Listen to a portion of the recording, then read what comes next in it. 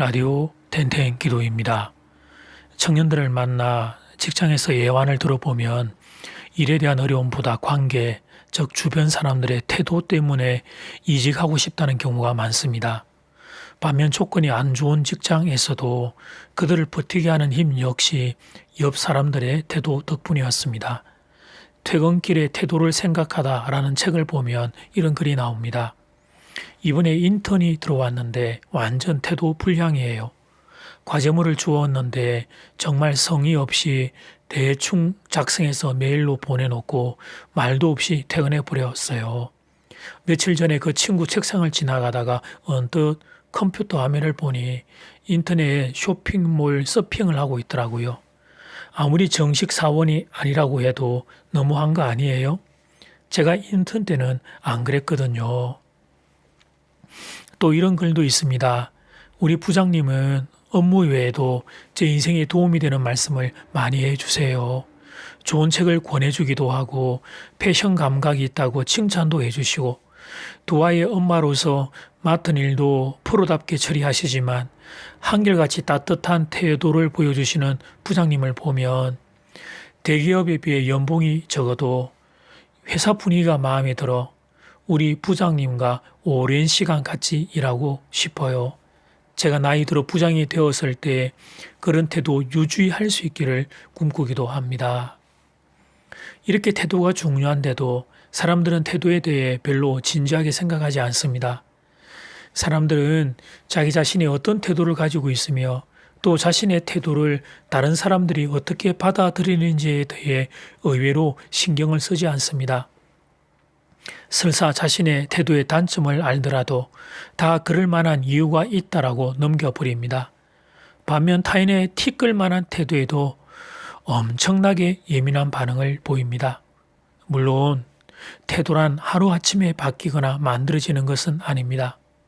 그러나 노력을 하면 태도는 분명히 달라지고 나은 방향으로 발전하게 됩니다. 자신의 태도를 수정하거나 고쳐서 행복해진 이들을 저는 본 적이 있습니다. 오늘 나의 태도가 내일 나의 인생이 된다는 사실을 꼭 기억해야 하겠습니다.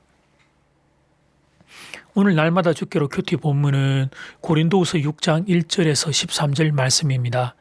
고린도후서 6장 1절에서 13절 말씀. 저는 어릴 때부터 지금까지 대략 7, 8명 정도의 영적인 지도자를 만났습니다. 물론 스쳐 지나간 분은 더 많지만 한 교회에서 함께 신앙생활한 영적인 지도자는 대략 그렇습니다.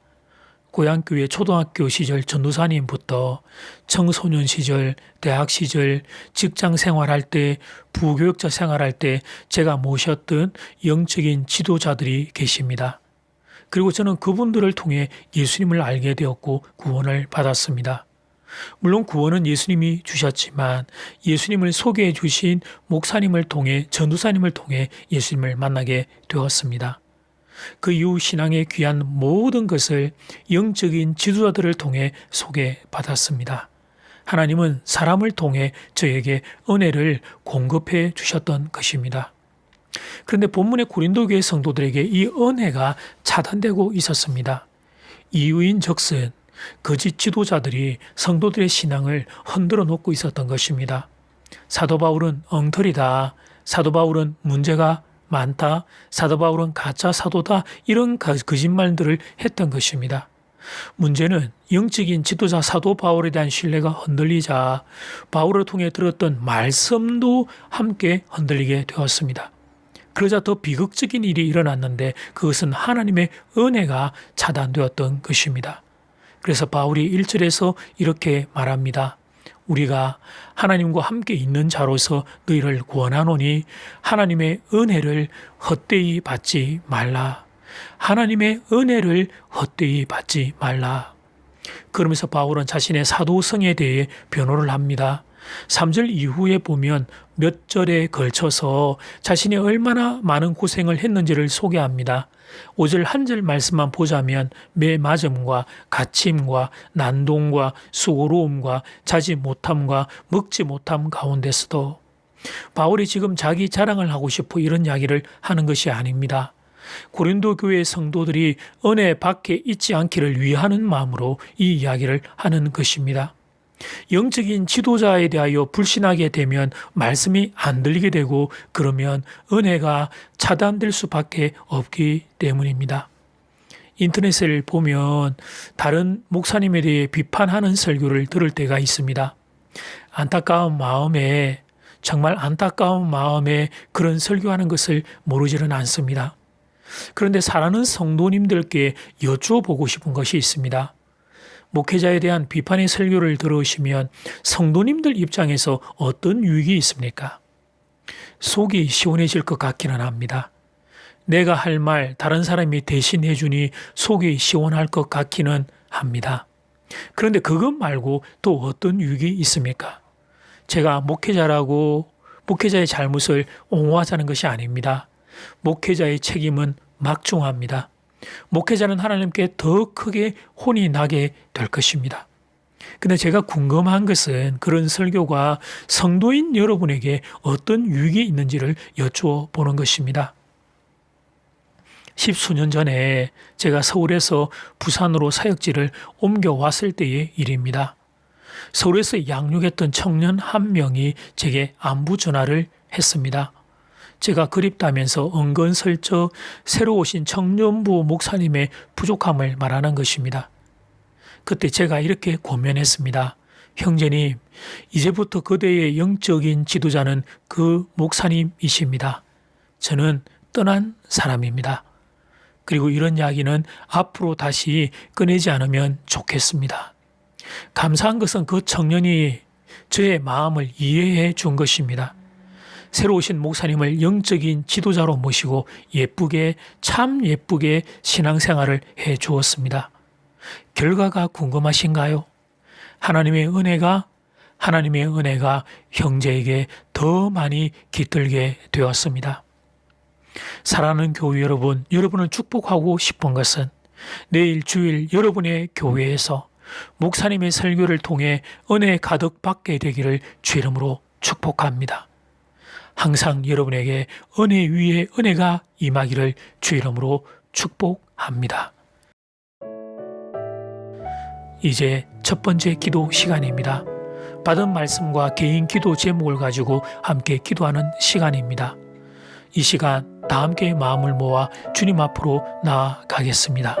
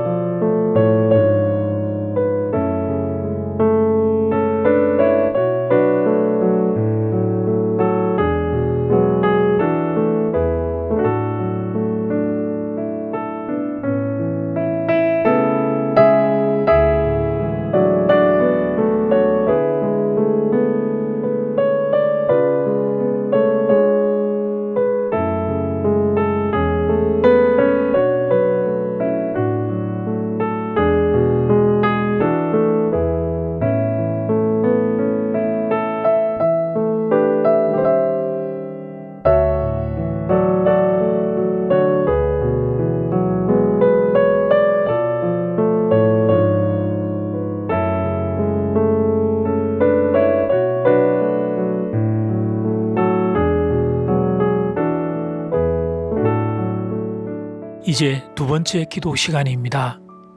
수도권은 전면 온라인 예배로, 부산은 좌석수의 20% 미만으로 거기에 온라인 예배를 더해서 예배를 드리고 있습니다. 하나님의 은혜가 차단되지 않기를 바랍니다. 하나님의 은혜가 고갈되지 않기를 바랍니다. 그럼에도 이런 상황에도 하나님의 은혜가 대한민국의 모든 성도들 심령에 차고 넘치기를 소원합니다. 이 시간 다 함께 마음을 모아 기도드리겠습니다.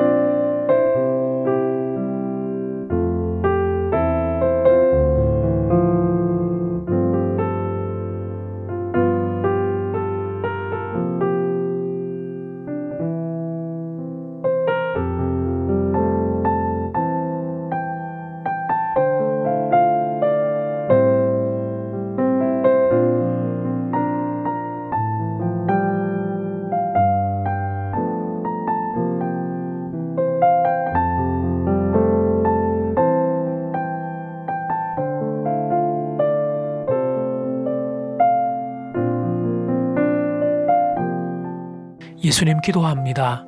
사랑하는 성도들의 심령에 하나님의 은혜가 차고 넘치기를 소원합니다. 하나님의 은혜가 사라지는 일이 없고 하나님의 은혜가 차단되는 일이 없고 하나님의 은혜가 고갈되는 일이 없기를 바랍니다. 먼저 말씀을 맡은 책임을 지고 있는 목회자들, 한 목사님 한 사람을 주님 붙드시고 생명의 말씀 전할 수 있도록 성령의 기름을 부어 주시옵소서. 말씀을 듣는 대한민국의 모든 성도들의 자리 위에 하나님, 교회에서, 가정에서, 각자 개인의 자리에서 하나님 예배 드릴 때 하늘의 은혜가 임하는 귀한 복이 있기를 간절히 소원합니다. 우리를 불쌍히 여기시고 하늘 은혜를 허락하여 주시옵소서. 예수님 이름으로 기도드립니다. 아멘. 이제는 각자 개인적으로 기도하시면 되겠습니다. 평안한 밤 되십시오.